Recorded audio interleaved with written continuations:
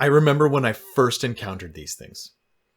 I was, I actually forgot how old I was. I think I was a teenager, and I was interested in upgrading our sound system at home. Right. So we had this old receiver at home that had the volume control.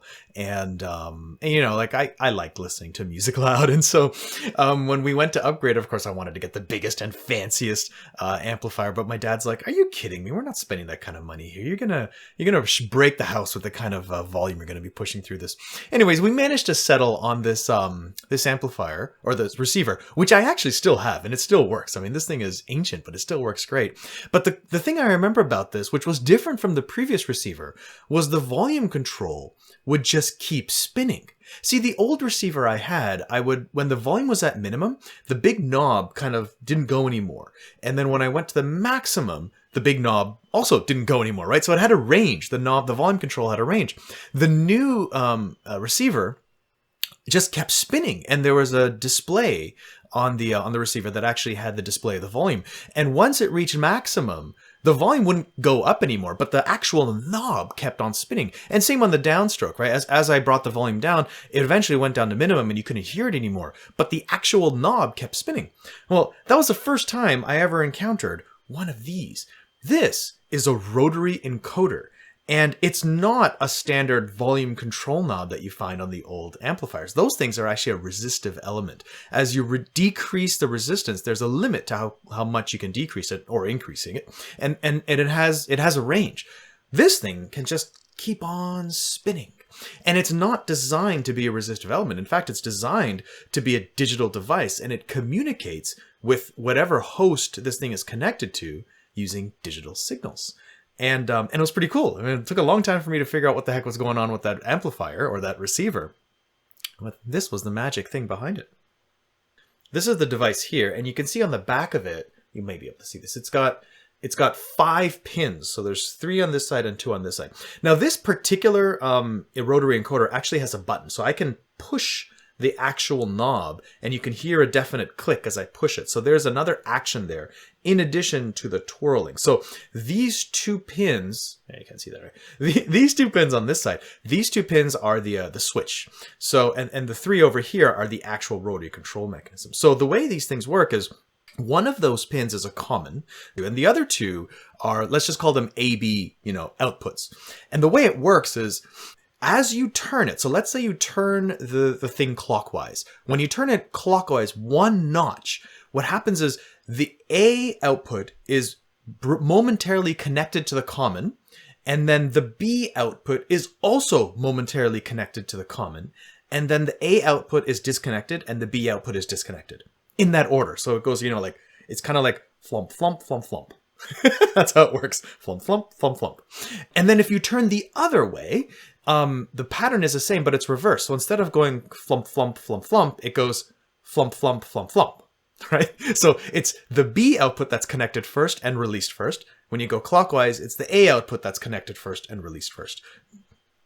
It could be the other way around. But anyways, you get the point. That's how you differentiate. And so the resulting signal is this, well, it's the flump, flump, flump, flump, but it kind of looks like a signal going up and down, but it's a clock pulse. But there's 2 clock pulses that are coming out of the A and B signal, and they're actually they're out of phase from one another. So the device that's listening to the rotary encoder, it knows which direction you're turning the thing. So it knows if I'm increasing or decreasing. It also knows the speed at which I increase or decrease it. So if I'm spinning it slowly, it's going thump, thump, thump, thump. But if I go quickly, it's going thump, thump, thump, thump, thump, thump, thump, thump, thump. It's going really, really quickly. And so, of course, it happens faster than I can say thump, thump. It's happening at like speed of electronics, which is very, very fast indeed. So you can get a nice, good spin on this thing, and it'll generate that signal. Of course, there's a maximum spin for these things naturally, so you don't want to overdo it. Now, this type of rotary encoder that I'm describing, this is known as an incremental rotary encoder. So just like I've described, it could tell if you're going up or down and the speed that you're going up or down, but it can't actually figure out which precise position the dial is in. It doesn't have a way to do that. There are other encoders out there that can do that, and they generate a different code. They don't do the thump thing. They actually have a different type of code that equates to which position this thing is in. Naturally, those kind of encoders are far more expensive, but they have their purpose as well. But for today, we're just going to do this. There's also, this is a mechanical rotary encoder. The alternatives are you can get optical encoders, and you can also get like magnetic encoders, which are kind of cool as well. As you might expect, those are also more expensive. So if you really have high precision needs, then you might want to consider one of those. But for most purposes, this will do just fine. And for our purpose today, it's going to do just well as well. So we're going to dive into how this thing works. And ultimately what I want to do is I want to connect this to our LED lighting driver. So that way we can use the digital signals that come out of a rotary encoder to control the intensity of our LEDs. This particular one happens to be one by Bourns. It's a PEC16 incremental encoder. It also says that the output is this 2-bit quadrature code. This is the thump signal that I was talking about. So those two outputs basically generate a 2-bit code that is supposed to be interpreted by the electronics. The thing we're looking for is this one right here. It says contact rating. So it says that the maximum contact rating for this is 1 milliamp at 5 volts DC. So that's how much current can go through these pins safely. We do not want to exceed that. All right. So we're not running at 5 volts. Our circuit that we have so far is running at 12 volts. So we're going to have to do a bit of a calculation here. And so the way I figured to do this is I took 1 milliamp and 5 volts, and I multiply them together to give watts. That gives us power. So that results in 5 milliwatts. And if I take 5 milliwatts and divide it by 12 volts, that should give us the maximum amount of current that could go through this these pins at 12 volts. And so it works out to something like 450 microamps. I can calculate that the resistance basically equals the voltage divided by the current. And voltage in this case is 12 volts. The current is 450 microamps. The resistance needs to be greater than 28.8 kilo ohms. That's the minimum resistance that I have. So I was looking around in the box, in my box of resistors. I don't have a 28.8 kilo ohm. In fact, I don't even have a 30 or a 32. The next one up I had was this one, which is a 51 kilo ohm resistor. So we'll go ahead and use this. This should be fine. Here's the rotary encoder, and I've labeled these pins on it. Notice the bottom two have been unlabeled. These are for the switch, and we're ignoring them for now. I'm only looking at the top 3, and I've labeled them CBA. They're reversed only because in the data sheet, the orientation of this rotary encoder is like this, with the pins on the bottom of the thing. And so when I looked at it on the data sheet, it was labeled ABC or ABC. And so now that I'm flipping this around the other way, I just wanted to make sure that the letters match. That's all it is. So I have my supply coming in through the 51 kilo ohm resistors that I have. These bad boys right over here. And I have 2 of them. Well, here's the other one. There you go.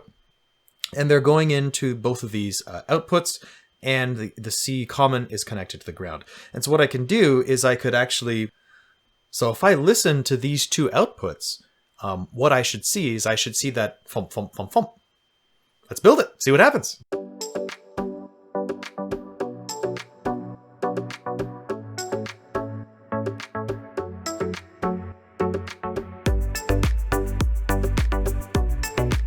So I've hooked it up, the encoder, and we can see that I have a second probe. Well, the first probe is connected to the A input. That's the yellow line over here.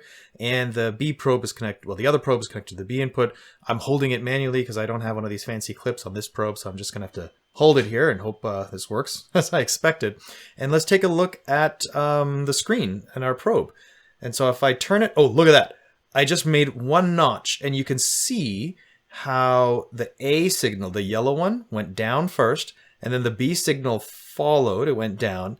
The up signal went up, and then the B signal went up. And then you can see that there's one more down by the A signal, but I guess that's normal. So let me do that again. Oh, look at that. Okay, we're gonna get to this, right? This messy bit you see here, this is what happens without a filtered rotary encoder. I have not filtered this at all, so we're going to see that. We're going to deal with that in a minute, but let's try to get something with that. Oh, there's a good one. There's a good one. So you can kind of see this pattern still emerging. This is clockwise rotation, okay? So if we do clockwise, the yellow is, let me do a whole bunch of them. Just string it together. There's a good one.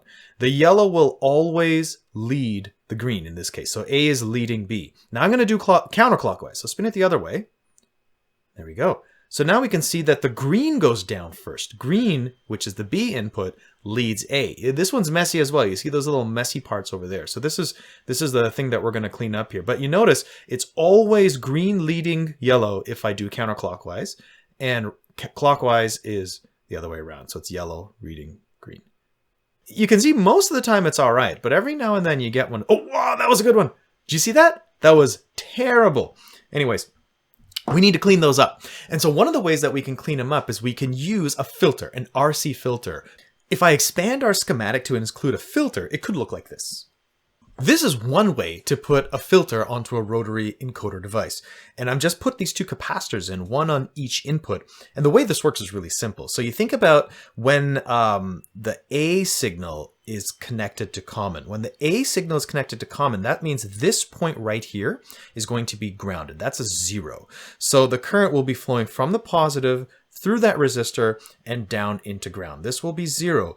And if this capacitor was charged, then that will provide the discharging path for that capacitor. It's going to go through this resistor to get back into ground. And on the other swing, when this becomes disconnected from ground, when the A becomes disconnected from ground, then this point over here becomes high. So the 12-volt signal is going all the way into here. It's also going to charge that capacitor when it's high. And that charging and discharging path you're going to see at this output. So what are the values of these resistors and capacitor? Well, we already know that the resistor here has to be greater than 28.8 kilo ohms because of the limitation of our rotary encoder. And we've chosen a 51 kilo ohm resistor here.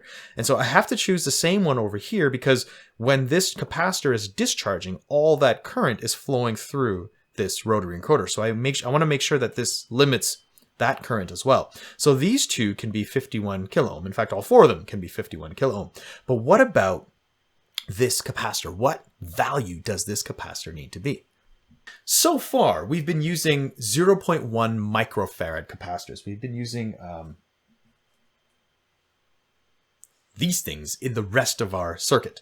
So we can continue to use these, but if I use a 0.1 microfarad capacitor, the math is actually in a disadvantage. So in order to figure out if this will work, you can use 0.1 microfarad and multiply it by the resistance. So in this case, the resistance could be as high as 100 kilo ohms. Because remember, when the circuit's charging, the charging path goes through both of those resistors to charge that capacitor. And when it's going through both, we've said that these are going to be 51 kilo ohm each. That's 100 kilo ohms or 102 kilo ohms of resistance. So 100, let's keep the numbers easy. 100 kilo ohms multiplied by 0.1 microfarads results in, well, what is that? 10 milliseconds. That's what the number results in. 100 kilo ohms. Am I doing that right? Yeah, 10 milliseconds. So that means it'll take 10 milliseconds for each one of these capacitors to charge from 0 to about 66% of their capacity. But that's enough for a 1. So from 0 to a high, it takes about 10 milliseconds to do that.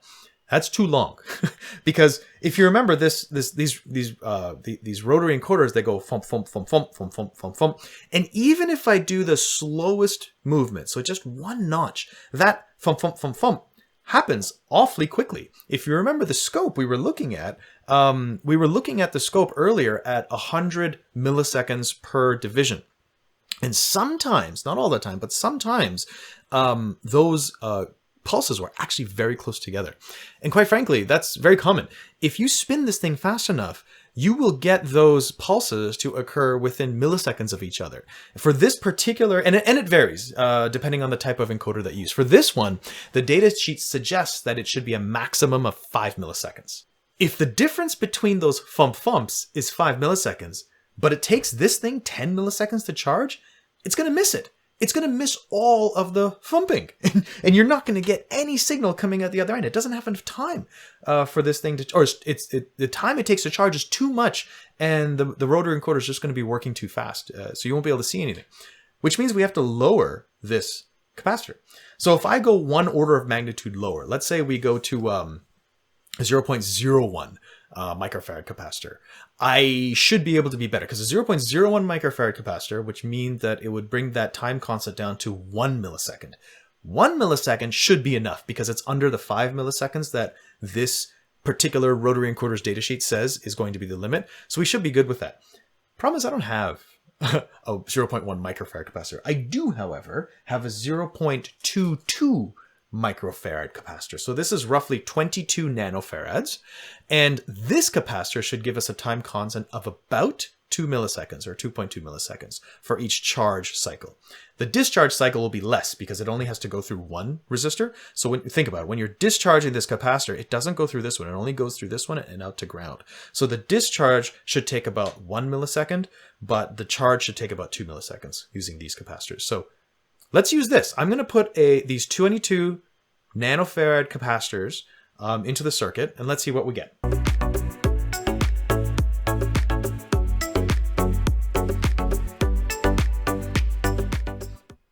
I've got to upgrade my scope. This is annoying that I have to hold this, but it'll work. Okay, so I've got the filter plugged in now, so we can see that we have 2 resistors for each path, and we also have the 2 capacitors. Now this is the 22 nanofarad capacitors combined with 4 51 kilo ohm resistors. And let's see our results now. So I'm going to spin this and we'll see what we get on the scope. Oh, look at that. You can clearly see the charging and discharging curves. You see how they go up and down, and it should be cleaner.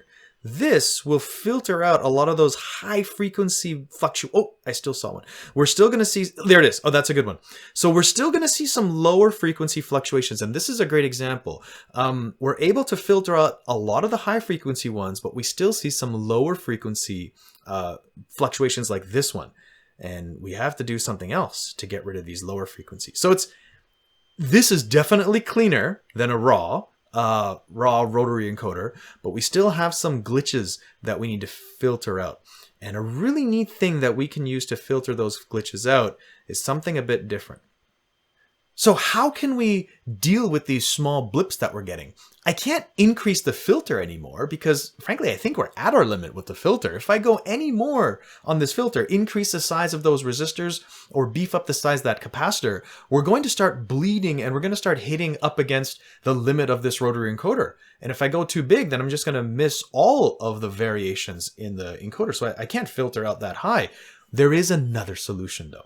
And this is really cool. In the last video, episode 15, if you're interested, here's a link in the description.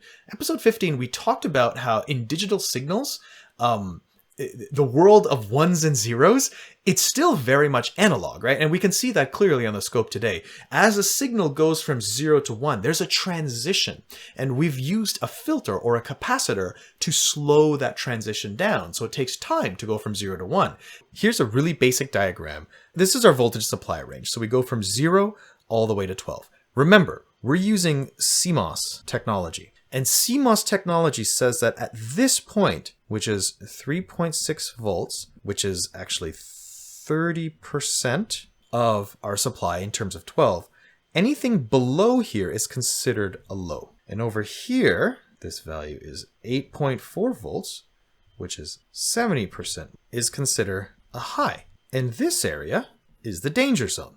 So if you remember from episode 15, as long as the digital electronics were in the low zone, somewhere below 3.6 volts, the electronics registered a low. If they were above 8.4 volts, the electronics registered a high. If they were in the middle, it was undetermined what the electronics would give us. And so we had to use creative control. We had to use timing very creatively and capacitors really creatively to make sure that we stayed away from this danger zone. Well, we had to pass through it, but we did it in a way that no two signals were ever in the danger zone. If you're interested in the more details, take a look at episode 15. But for now, we have a slightly different scenario. What's happening is our signals are approaching the danger zone and then perhaps going back down again and up again, then back down again before they go up. So in a situation like this, it's very bad if you're not taking care of this danger zone, because it starts off as a low, then it gets undetermined. And it could register for a high, it could be for a low, we don't know. And then it goes back into low, then it goes high again, then it goes back to low again, then it goes up again. Well, if it happened to register that as a high, this would be a very confusing signal for our electronics. What a Schmitt trigger does, it says if you're in the low zone, then this entire stretch is considered a low. All of it, all the way up to 8.4. That's what a Schmitt trigger does. And the really cool thing about a Schmitt trigger is that by the time your signal gets to here, 8.4, it registers it as a high. But immediately when that happens, this entire range becomes a high. That means if the signal were to droop down again and go back into this range, it would still be considered high until it dropped down below the 3.6 volts again. So what a Schmitt trigger effectively does is it removes the danger zone.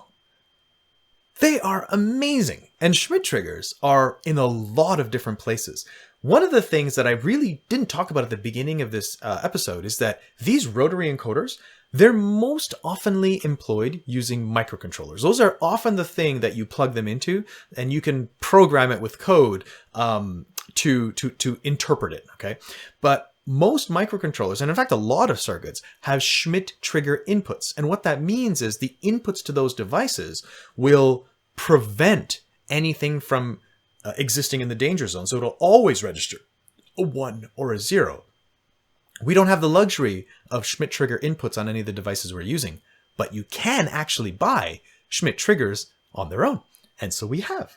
Okay, this is a 40106 Schmitt triggered inverter. So basically what this will do is it'll invert any signal that comes in, and it'll also apply a Schmitt trigger to it. So in other words, it will help eliminate some of those little quirks and blips that we got. Let's put this into our circuit. That's the symbol for a Schmitt trigger inverter. It's actually that little funky thing in the middle. You can put that on a lot of different inputs, like I said before. But this is a symbol of a Schmitt trigger inverter. So this will invert the signals, but it'll also clean them up. Let's take a look.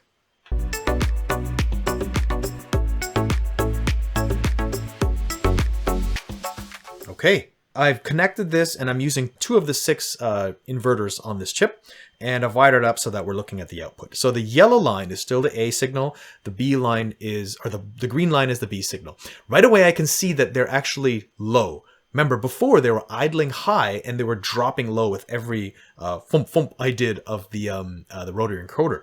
But now, since I'm going through an inverter, they're idling low. And as I turn this clockwise, we're going to see the signals pop up. Look at that. They already look fantastically clean. It's even cleaned up the capacitive charge cycle. So you can see that these signals are very nice and sharp. So this is excellent. Electronics like that. Electronics generally don't like slowly increasing signals. In fact, some circuits, like things that depend on a clock input, won't even function if it's like that. It needs to be nice and solid like what we have over here. As it is right now, you could probably use this rotary encoder. It's been filtered. It's been filtered twice to give a nice solid result. So you can use this in a lot of downstream applications.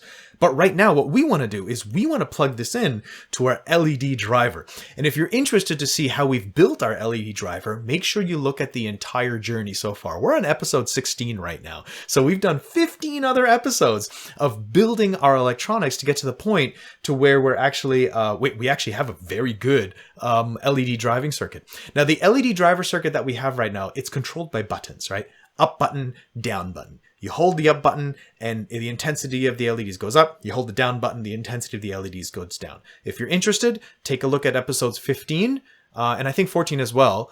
In fact, you know what? Just take a look at the whole journey. If you're interested, you're going to see it from beginning to end. But these buttons allow us to control the intensity of the LEDs. And I was thinking, well, a rotary encoder would give us a lot more of a natural feel to change the intensity. It's a dial after all, right? So we can twist the dial to make it turn up and twist the dial the other way to make it turn down. And just like that receiver that I had bought in my teens, the dial will keep spinning even when you get to the maximum intensity. It's okay. The electronics will prevent it from going any higher, and same on the way down. The electronics prevent it from going any lower, but the dial will allow you to keep spinning. Pretty cool. I don't know. I like that. Maybe you don't like it. I kind of like it, so I'm going to put it into this circuit. So, in order for us to do that, what happens is the LED driver that we've built, it's being built by these 4516? Yeah, 4516 counters. So these counters depend on a clock input. They also depend on a direction signal. The way we have our signals right now, you saw them on the scope. In fact, I'll show it to you again. They're going thump, thump, thump, thump, right? They go up, down, up, down. Because of the nature of these rotary encoders, they're always going to be going up and down, up and down, up and down. The direction pin on our counters for the LED circuit does not like this. It doesn't like signals that are going up, down, up, down, up, down. In fact, in the datasheet for those counters, it explicitly states if you're going to change direction, the direction change must occur when the clock signal is high. What we want is we want a clock pulse that's going to go up and down, up and down, up and down as I turn that rotary encoder. So I need to have a clock pulse that basically tells me how fast I'm turning the encoder. But I need to have a steady signal whether I'm going up or whether I'm going down. Well, right now, both the signals are going up and down, up and down. So I can't have that. We do have a little trick that we can use. We can use a flip-flop to solve our problem.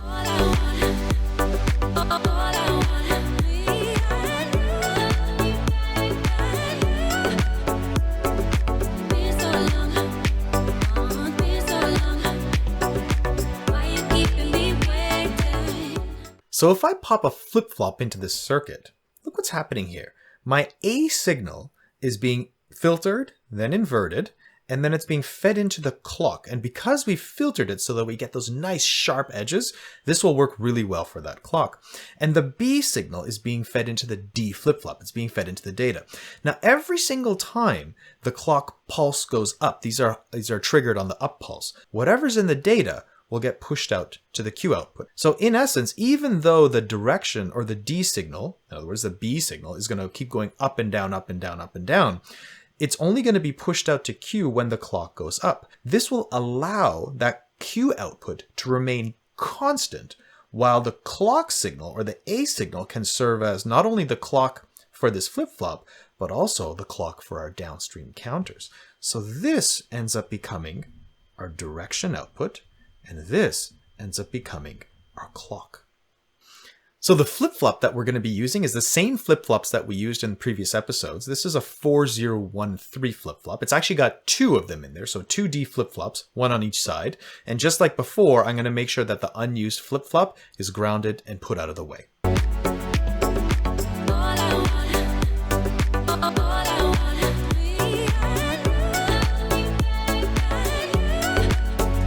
And there we have it.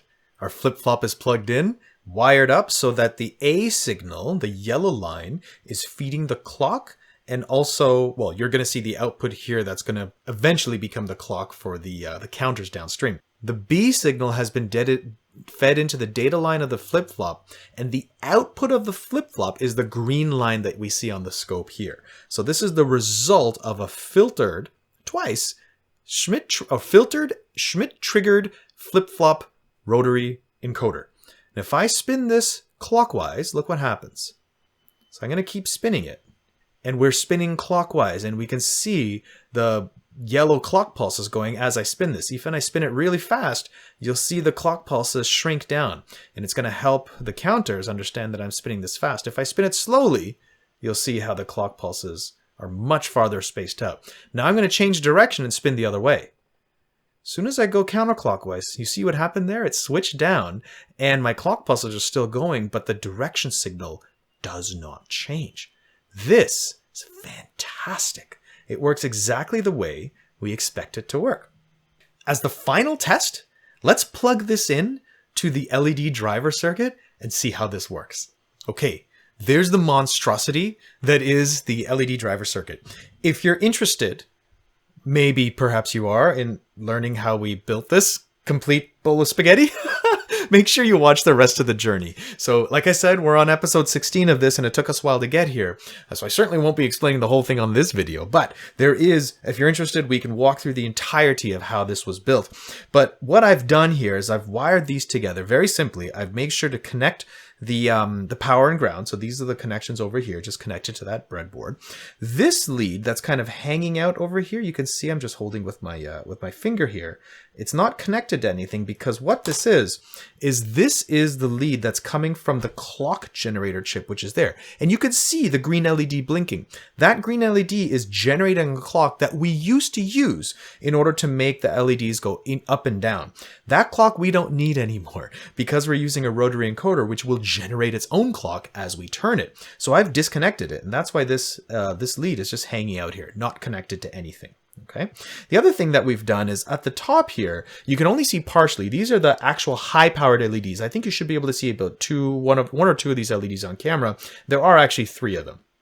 But they're over here, and these are connected to the power of both our breadboards, and of course it's being fed into these constant current driver circuits, which are here. For the explanation about how they work, make sure you watch some of the previous episodes. The only connections I've made between those 2 boards, in addition to the power and ground, of course, are these 2 wires over here.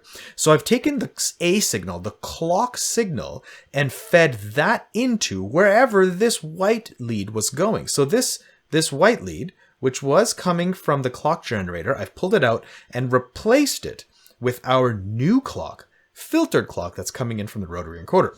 And this green lead, this is the direction output. So this is the output of the flip-flop Q output, and I fed that into the direction pin of these counters. Originally, this direction pin was being fed by the up switch over here, which of course we're not going to use anymore. So I unplugged it from the up switch and I simply connected it directly into those counters.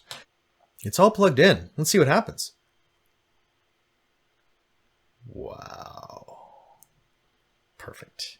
So our blue LEDs down here are telling us that we're progressing through the 32 different intensity levels. I'm going clockwise now, and you can see the intensity levels going down, and you can also see the intensity of those LEDs going down.